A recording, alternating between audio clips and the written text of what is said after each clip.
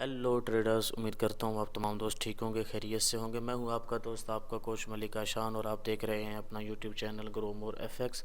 दोस्तों, आज की इस वीडियो के अंदर हम एक अलग चीज़ पढ़ने जा रहे हैं। एक अलग से कॉन्सेप्ट है। आपने ब्लॉग्स तो पढ़े होंगे, काफ़ी सारी टाइप्स मैं अपने यूट्यूब चैनल पे भी ऑलरेडी कवर कर चुका हूँ, लेकिन ये वाला जो ब्लॉग है ये थोड़ा सा अलग है। आपने कभी इसका यूट्यूब पे शायद नाम भी नहीं देखा होगा। ये बिल्कुल एक नई चीज़ मैं आपको बताने जा रहा हूँ। ना ही ये आईसीटी का कॉन्सेप्ट है, ना ही ये एसएमसी का। ये चीज़ अपने जहन में रखिएगा। ना ही आईसीटी का ये कॉन्सेप्ट है, ना ही ये एसएमसी का है, ना ही ये रोमियो का है, ना ही ये आल्गो का है। किसी चीज़ का नहीं है। ये बस एक आपके लिए तोहफ़ा है। इस कॉन्सेप्ट का नाम है ग्रैबर ब्लॉक। ठीक है, आपने ब्रेकर ब्लॉक पढ़ा होगा, आपने रिक्लेम्ड ब्लॉक पढ़ा होगा, मिटिगेशन पढ़ा होगा, प्रोपल्शन पढ़ा होगा, ऐसे ही वैक्यूम पढ़ा होगा। ऑलरेडी मैं भी इसकी काफ़ी सारी टाइप्स कवर कर चुका हूँ।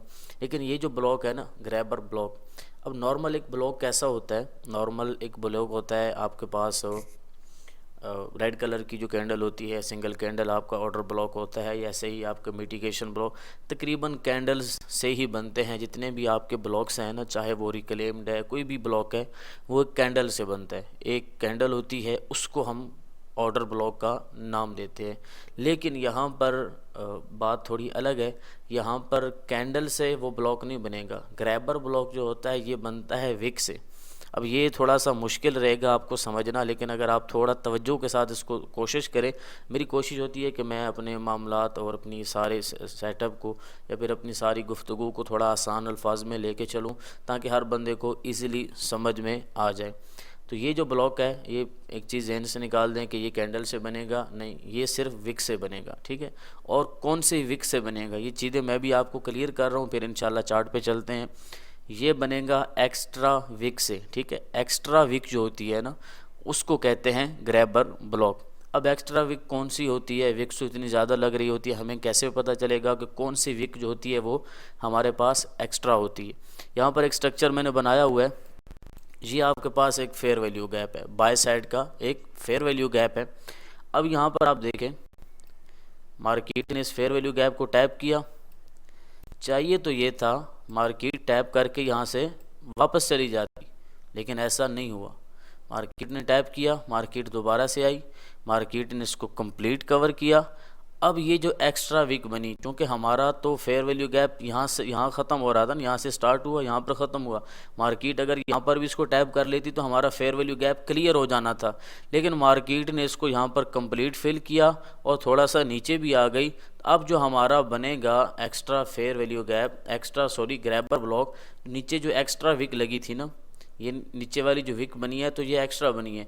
अब इस विक को कहा जाएगा ग्रैबर ब्लॉक। अब हम वेट करेंगे दोबारा से मार्केट इसको आके टैप करे और यहाँ से हम अपनी एक बाय की एंट्री प्लान करें।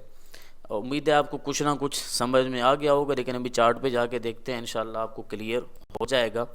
अभी यहाँ पर मैंने इसकी एक दो एग्जाम्पल्स मार्क करके रखे हुए हैं।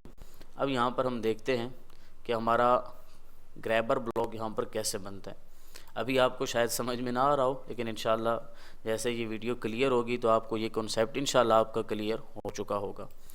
यहाँ पर देखें आप, इसको मैं डिलीट करता हूँ। अब यहाँ पर आप देखें, आपके पास यहाँ पर एक बाय साइड का फेयर वैल्यू गैप है। ठीक है, इसको बाय साइड इम्बैलेंस कहते हैं। आपके पास यहाँ पर एक BCA। मार्केट ने क्या किया? मार्केट ने यहाँ पर इसको क्लियर किया और बाय में मूव दी। अब अगर चाहती मार्केट तो इस फेयर वैल्यू गैप को यहाँ टैप करके भी मार्केट जा सकती थी। अब ये नीचे एक्स्ट्रा विक लगी है ना, मार्केट इसको यहाँ पर भी क्लियर करके वापस जा सकती थी, लेकिन मार्केट ने इसको 50 से भी ज़्यादा क्लियर किया और अब मार्केट यहाँ से दोबारा से वापस गई। अब यहाँ तक जो नीचे एक्स्ट्रा विक बचती है ना, ये नीचे चूँकि एक्स्ट्रा लगी है, मार्केट अगर इसको यहाँ तक भी फिल करती तो हमारा, अगर मार्केट यहाँ तक आ जाती तो हमारा ये वाला फेयर वैल्यू गैप फिल हो जाना था।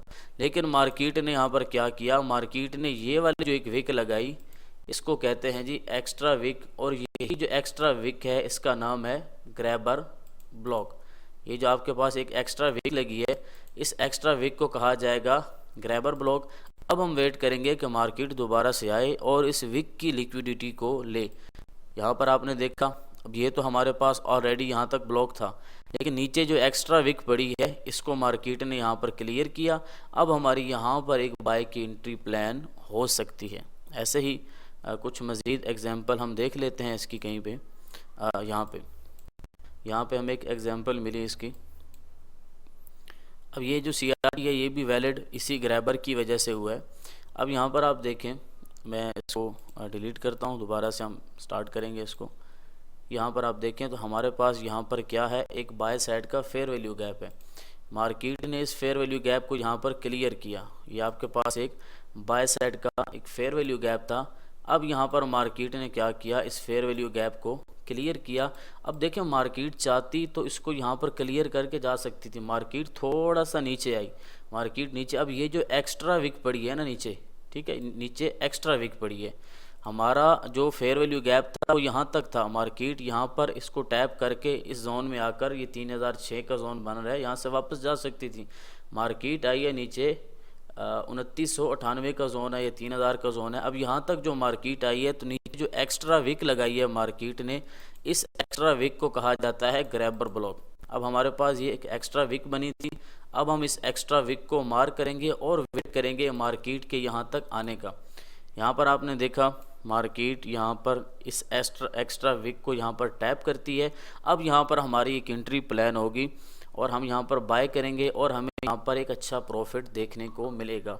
उम्मीद है आपको ग्रैबर ब्लॉक का जो कॉन्सेप्ट है समझ आ गया होगा। सेम यही चीज़ आप ऑर्डर ब्लॉक में देख सकते हैं। आपका यहाँ पर ऑर्डर ब्लॉक है, मार्केट ने उसको क्लियर किया, लेकिन मार्केट थोड़ा सा नीचे से होके आ रही है। अक्सर आपने देखा होगा, आप ऑर्डर ब्लॉक पे एंट्री लगाते हैं, मार्केट वहाँ से थोड़ा सा नीचे चली जाती है, आपका एसएल लेके दोबारा से वापस जाती है।